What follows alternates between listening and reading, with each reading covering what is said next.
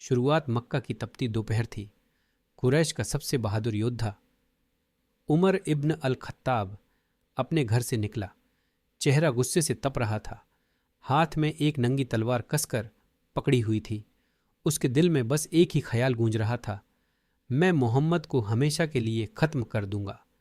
लेकिन रास्ते में एक शख्स ने उसे रोक लिया और कहा, उमर, पहले अपने घर की खबर लो। तुम्हारी बहन और तुम्हारे बहनोई दोनों ने इस्लाम कबूल कर लिया है। उमर ठिठक गया। उसकी आंखें फैल गईं और फिर गुस्सा और भी भड़क उठा। बहन के घर पर वह सीधे अपनी बहन फातिमा के घर पहुंचा। अंदर देखा, फातिमा अपने शौहर के साथ बैठी थीं और कुरान की आयतें पढ़ रही थीं। उमर का चेहरा लाल हो गया। उसने अपने बहनोई को जोर से धक्का दिया और गिरा दिया। अपनी बहन को भी परे हटा दिया, लेकिन बहन डरी नहीं। वह डटकर बोली, उमर, चाहे कुछ भी कर लो, हम इस्लाम कभी नहीं छोड़ेंगे। उसकी ये हिम्मत भरी आवाज़ उमर के दिल को छू गई। पहली बार उमर खामोश हो गया। फिर उसकी नज़र पास रखे एक पन्ने पर पड़ी, कुरान के पन्ने। कुरान की आवाज़। उमर ने कहा, मुझे ये लिखत दो। बहन ने नरमी और सख्ती दोनों के साथ जवाब दिया, नहीं उमर, पहले तुम पाक साफ हो जाओ, गुस्ल करो, फिर पढ़ना।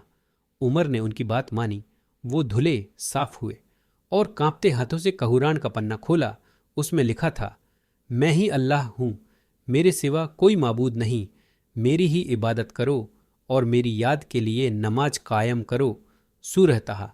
ये लफ्ज उमर के दिल में बिजली की तरह उतरे। तलवार कांपने लगी, दिल दहल गया और उनकी आंखों से आंसू बह निकले। नबी के पास बिना देर किए उमर भागे। वो सीधे उस घर पहुंचे जहां हजरत मोहम्मद अपने साथियों के साथ बैठे थे। साथियों ने उमर को तलवार के साथ देखा तो घबरा गए, लेकिन रसूल ने कहा, उसे अंदर आने दो, अगर अल्लाह ने चाहा तो वो इस्लाम कबूल कर लेगा। उमर अंदर आए। उन्होंने रसूल की आंखों में देखा और कांपती हुई लेकिन यकीन भरी आवाज में कहा, मैं गवाही देता हूं कि अल्लाह के सिवा कोई माबूद नहीं और मोहम्मद अल्लाह के रसूल हैं। मोड़ कमरे में खुशी की लहर दौड़ गई। सभी सहाबी पुकार उठे, अल्लाहू अकबर।